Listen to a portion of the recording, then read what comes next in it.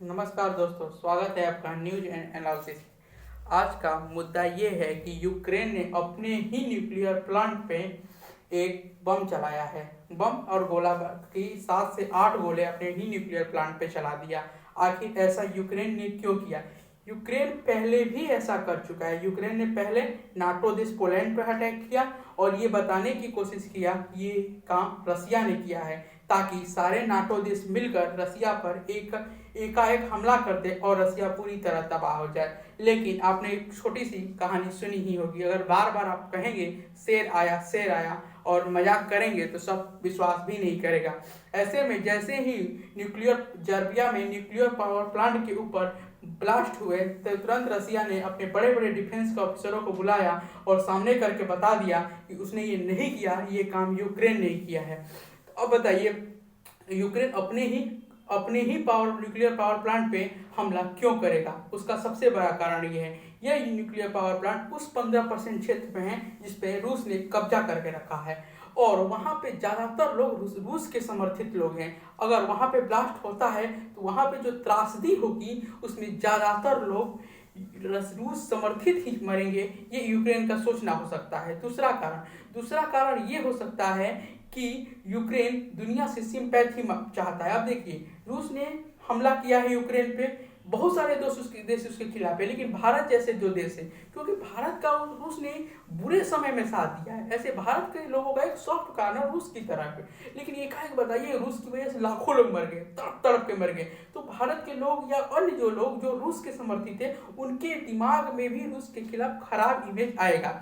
ये सोचते हुए दूसरा चाल के कारण उसने अटैक किया, लेकिन रूस ने तुरंत उसका चेहरा बेनकाब कर दिया और बता दिया कि उसने नहीं किया है हमला यूक्रेन ने किया है। और ये क्लियर हो गया है कि ये हमला यूक्रेन ने ही किया है।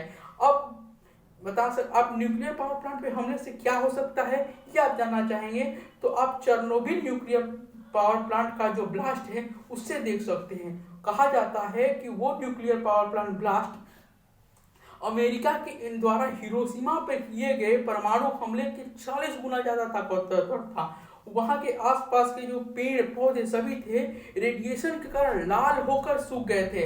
इसी कारण उसके आसपास के जंगलों को आज भी रेड फॉरेस्ट के नाम से जाना जाता है।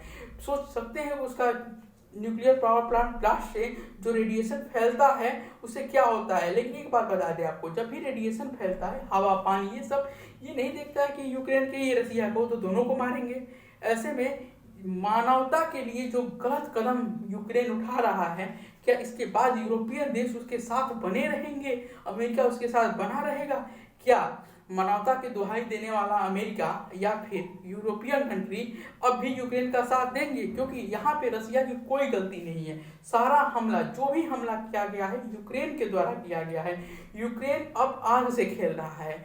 सबसे पहले पोलैंड पर हमला, उसके बाद दूसरा अपने ही पावर प्लांट पे हमला कर मानवता को खत्म करने की समझ रहे हैं। वहां पर अगर ब्लास्ट की वजह से अगर पूरी मानवता खत्म हो जाती तो क्या होता। अतः अब क्या देखना होगा आगे कि यूक्रेन के लोगों का साथ दूसरे देशों से मिलता है या फिर रसिया की सिंपैथी अब बढ़ती है, क्योंकि रसिया अब खुद की इमेज सुधारने पे लगा हुआ है। ऐसे में कोई भी गलत कदम नहीं उठाएगा और यूक्रेन अब धीरे धीरे बहुत सारे गलत कदम उठा चुका है। धन्यवाद।